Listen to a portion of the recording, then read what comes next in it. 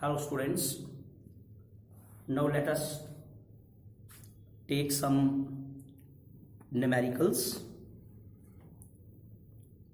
to find out empirical formula and molecular formula of an unknown compound. So let us take the numerical number 1. तो सभी को board पे देखना है एक numerical, very simple, very important.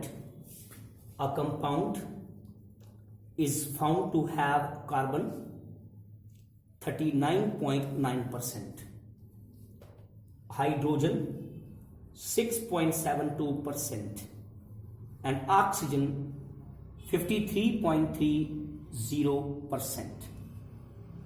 The molecular mass of the compound is 180.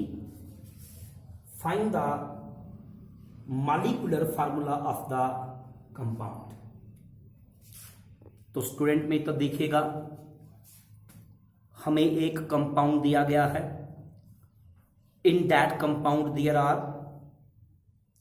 3 elements, carbon, hydrogen and oxygen. Carbon का percentage दिया गया है 39.99, हाइड्रोजन का परसेंटेज गिवन है 6.72 and the percentage of oxygen is 53.30. The compound has a molecular mass of 180 और हमें इन सारी informations को यूज करते हुए इस अननोन कंपाउंड का मॉलिक्यूलर फार्मूला फाइंड आउट करना है. तो स्टूडेंट हमने आपको बताया था मॉलिक्यूलर फार्मूला फाइंड आउट करने के लिए हम जो रिलेशन यूज करते हैं that is molecular formula is equal to n into empirical formula. Molecular formula is equal to n into empirical formula. तो हमें मॉलिक्यूलर फार्मूला फाइंड आउट करने के लिए पहले एम्पिरिकल फार्मूला फाइंड आउट करना पड़ेगा. एम्पिरिकल फार्मूला फाइंड आउट करने के बाद हमें n का वैल्यू फाइंड आउट करना पड़ेगा and then only we will be able to find out molecular formula. तो चलिए पहले हम फाइंड आउट करते हैं इस अननोन कंपाउंड का एम्पिरिकल फार्मूला. इसके लिए हम एक टेबल बनाएंगे और देखिएगा बड़े आराम से कि हम किस तरह से अननोन कंपाउंड का पहले एम्पिरिकल फार्मूला फाइंड आउट करते हैं. तो स्टूडेंट बोर्ड पे ये तो मैं बता ही चुका हूं, कार्बन का परसेंटेज, हाइड्रोजन का परसेंटेज, ऑक्सीजन का परसेंटेज, मॉलिक्यूलर फार्मूला 180 और पहला step determination of empirical formula. तो स्टूडेंट हम इस टेबल को बनाएंगे.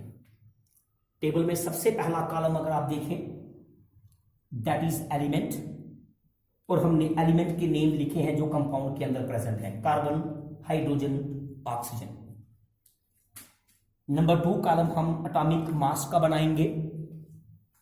जो भी एलिमेंट्स कंपाउंड के अंदर प्रेजेंट हैं उनके atomic masses. Atomic mass of carbon is 12, atomic mass of oxygen is 1 and atomic mass of carbon is 12, atomic mass of hydrogen is 1 and atomic mass of oxygen is 16. After that we will write the percentage of each element in the table. The percentage of carbon is 39.99, percentage of hydrogen is 6.72 and percentage of oxygen is 53.30. तो student यहां पे ध्यान दीजिए, next बहुत important है. हमारा next column देखिएगा student क्या है. हम यहां फाइंड आउट करेंगे number of moles of each element. Compound के अंदर 3 एलिमेंट्स हैं, कार्बन, हाइड्रोजन एंड ऑक्सीजन. हमें तीनों के number of moles find out करने हैं. इसी को हम एटॉमिक रेशो भी कहते हैं और इसी को हम रिलेटिव नंबर ऑफ एटम्स या रिलेटिव नंबर ऑफ मोल्स भी कहते हैं. तो हमने क्या फाइंड आउट करना है, जैसे मैंने बोर्ड पे लिखा है, number of moles of each element और atomic ratio of each element और relative number of atoms of each element और relative number of moles of each element. तो मैंने सिंपल लिखा है नंबर ऑफ मोल्स और atomic ratio of each element. तो ये सही मायनों में पहला पॉइंट हो रहा है हमारा कि हर एलिमेंट के हमको फाइंड आउट करने हैं नंबर ऑफ मोल्स यानी कि एटॉमिक रेशियो। स्टूडेंट ये कैसे फाइंड आउट करना है? जिस भी एलिमेंट की आपको एटॉमिक रेशियो फाइंड आउट करनी है, that is number of moles find out करने हैं जिस भी एलिमेंट के, आपने उस एलिमेंट का परसेंटेज लेना है और उस परसेंटेज को आपने एटॉमिक मास से डिवाइड करना है। ऐसा करने पर आपको number of moles of each element मिलेंगे, relative number of moles of each element मिलेंगे। देखिएगा, सबसे पहले कार्बन के number of moles atomic ratio find out करते हैं। कार्बन का परसेंटेज 39.99 डिवाइडेड बाई 12। तो कार्बन का आपको एटॉमिक रेशियो यानी कि नंबर ऑफ मोल्स मिल रहे हैं 3.33। फिर हम हाइड्रोजन एलिमेंट के number of moles find out करेंगे। कैसे? Percentage of hydrogen 6.72 divided by its atomic mass that is 1। Answer will be 6.72। After that आप ऑक्सीजन एलिमेंट के number of moles find out करेंगे। इसके लिए आप ऑक्सीजन का परसेंटेज लेंगे 53.30। इसको आप डिवाइड करोगे ऑक्सीजन के ही एटॉमिक मास से 16 से। Answer will be 3.33। तो इस कॉलम को बड़ा ध्यान से फोकस कीजिएगा। यहां आपको number of moles of each element मिल रहे हैं, दैट इज यहां पे आपको एटॉमिक रेशियो मिल रही है हर एक एलिमेंट की। कैसे? एलिमेंट का परसेंटेज लीजिए, उसको एलिमेंट के एटॉमिक मास से डिवाइड कीजिए, आपको एटॉमिक रेशियो मिल जाएगी। तो इस तरह से कार्बन का एटॉमिक रेशियो 3.33, हाइड्रोजन का एटॉमिक रेशियो 6.72 एंड ऑक्सीजन का एटॉमिक रेशियो 3.33। तो student now very important next column, हमें हर एलिमेंट का सिंपलेस्ट रेशियो फाइंड आउट करना है। और आपको मेरी बात बड़े ध्यान से सुननी है। अब हर एलिमेंट का सिंपलेस्ट रेशियो फाइंड आउट करना है। कैसे? आप सबसे स्मॉलेस्ट एटॉमिक रेशियो सिलेक्ट करेंगे। सबसे स्मॉलेस्ट एटॉमिक रेशियो हमारी 3.33 है और उस स्मॉलेस्ट एटॉमिक रेशियो से आपने क्या करना है? उस स्मॉलेस्ट एटॉमिक रेशियो से आपने सभी एटॉमिक रेशियो को डिवाइड करना है। ऐसा करने पर आपको सिंपलेस्ट रेशियो मिलेगी। तो मतलब कैसे आपने हर एलिमेंट का सिंपलेस्ट रेशियो ऑब्टेन करना? ये जो एटॉमिक रेशियोज हैं इनमें से सबसे छोटा एटॉमिक रेशियो सिलेक्ट करें। और स्टूडेंट सबसे छोटा एटॉमिक रेशियो इन तीनों में से 3.33 है। फिर सभी एटॉमिक रेशियो को उससे डिवाइड करें। स्मॉलेस्ट एटॉमिक रेशियो को भी खुद से डिवाइड करें। तो सबसे स्मॉलेस्ट एटॉमिक रेशियो हमारा कौन सा सिलेक्ट हो रहा है? 3.33। तो 3.33 से ऑल एटॉमिक रेशियोज को आपने डिवाइड करना है। ऐसा करके आपको सिंपलेस्ट रेशियो मिलेगी। तो हमारा सिंपलेस्ट यानी कि स्मॉलेस्ट एटॉमिक रेशियो हो गया 3.33। उससे इन सभी एटॉमिक रेशियो को डिवाइड करें। तो 3.33 divided by smallest ratio, atomic ratio 3.33 equals to 1। फिर ये एटॉमिक रेशियो इसको डिवाइड करें 6.72 divided by smallest ratio 3.33 equal to 2.01। फिर ये वाला एटॉमिक रेशियो 3.33 डिवाइड करें स्मॉलेस्ट रेशियो से 3.33 इक्वल्स टू 1। इस तरह से आपको हर एक एलिमेंट का सिंपलेस्ट रेशियो मिलता है। तो याद रखें, हर एलिमेंट का सिंपलेस्ट रेशियो आप कैसे ऑब्टेन करेंगे? आपको स्मॉलेस्ट एटॉमिक रेशियो सिलेक्ट करनी है, फिर सभी एटॉमिक रेशियो को स्मॉलेस्ट एटॉमिक रेशियो से डिवाइड करना है। और ऐसा करने पर आपको सिंपलेस्ट रेशियो मिलेगी। तो याद रखें, जिस स्मॉलेस्ट एटॉमिक रेशियो को आप सिलेक्ट करें उसको खुद से भी डिवाइड करना होगा, जैसे स्टूडेंट मैंने यहां पे किया।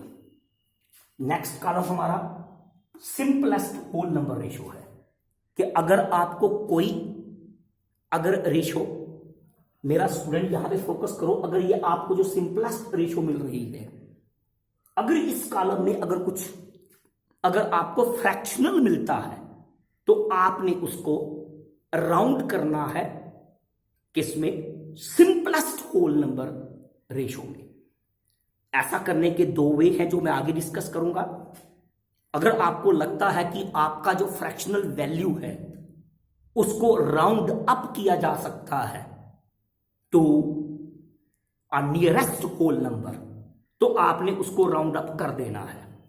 लेकिन अगर आपको लगता है कि जो फ्रैक्शनल वैल्यू है वो इतना सिग्निफिकेंट है कि उसको जस्ट राउंड अप नहीं किया जा सकता to a next whole number, to a nearest whole number, तो ऐसे केस में फिर आप रेशोस को, सिंपलेस्ट रेशोस को एक सूटेबल नंबर से मल्टीप्लाई करेंगे।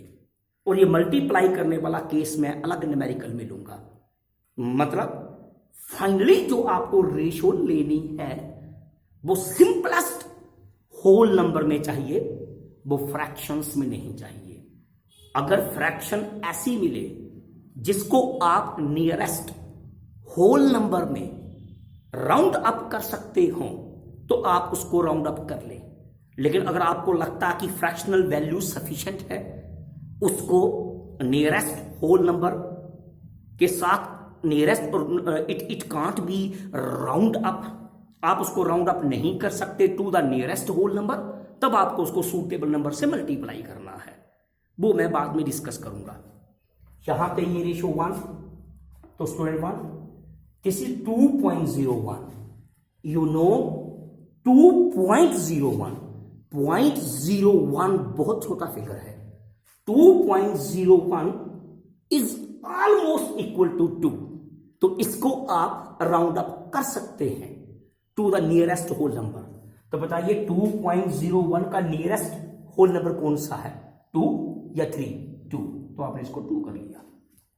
हाँ स्टूडेंट याद रखना, अगर आपके पास कभी कोई रेशो, ऐसे एग्जांपल लो 2.4 हो, तो क्या आप इसको राउंड अप कर सकते हैं?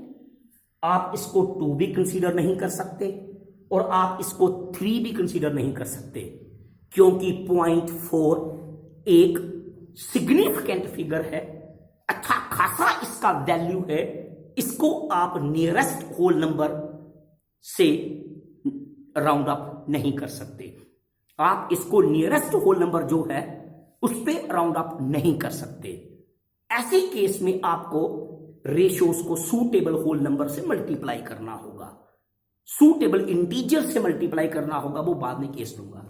लेकिन यहां पे 2.01 को मैंने 2 क्यों मान लिया? क्योंकि it is very very close to 2 and then 1, ये हमारा 1। इस तरह से आपको कार्बन, हाइड्रोजन और ऑक्सीजन का सिंपलेस्ट होल नंबर रेशियो मिल गया।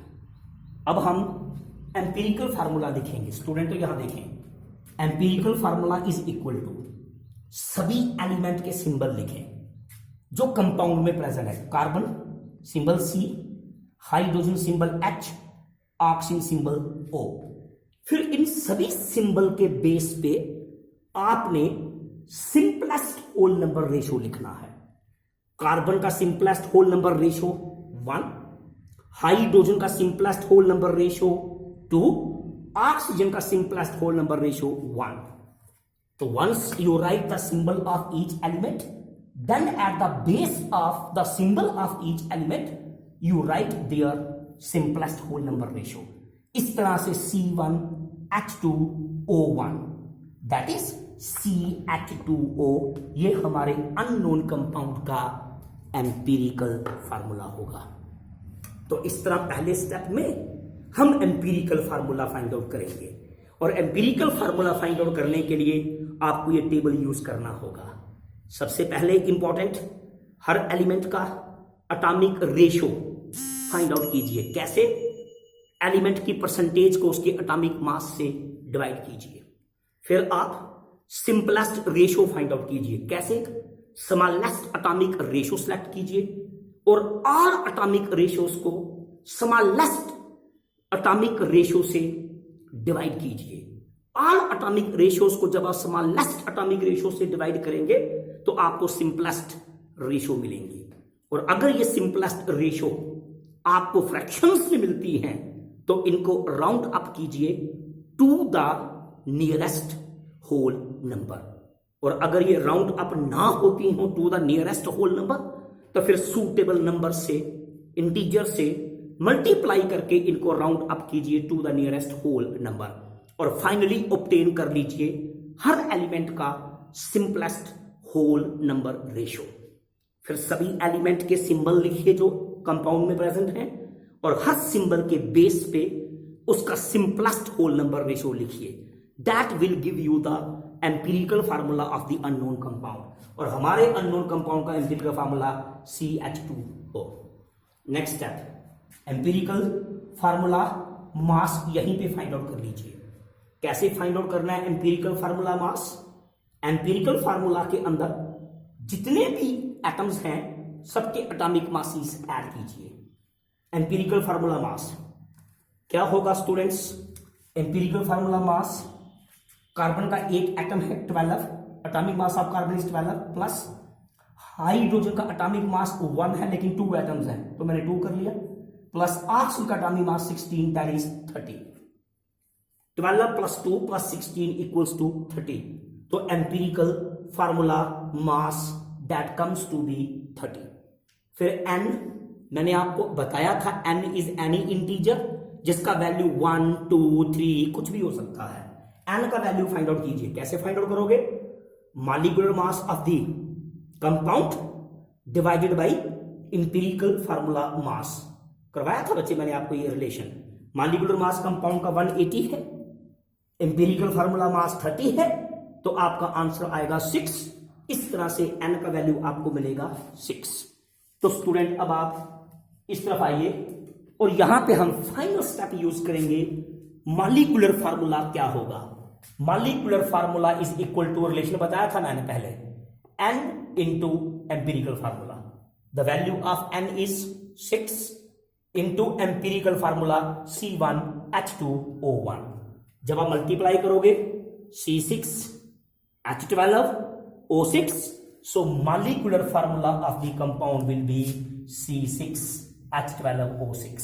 और आपको तो पता है ये ग्लूकोज का मॉलिक्यूलर फार्मूला है। तो इस तरह स्टूडेंट हम फाइंड आउट कर सकते हैं कि कोई अगर अननोन कंपाउंड दिया गया है तो उसका हमें फाइंड आउट करना है एम्पिरिकल फार्मूला, मॉलिक्यूलर फार्मूला। इस तरह से हम फाइंड आउट कर सकते हैं। इसी बेसिस पे हमें बहुत सारी डिफरेंट टाइप्स की न्यूमेरिकल प्रॉब्लम्स और लेनी है, वो मैं नेक्स्ट लूंगा। Thank you.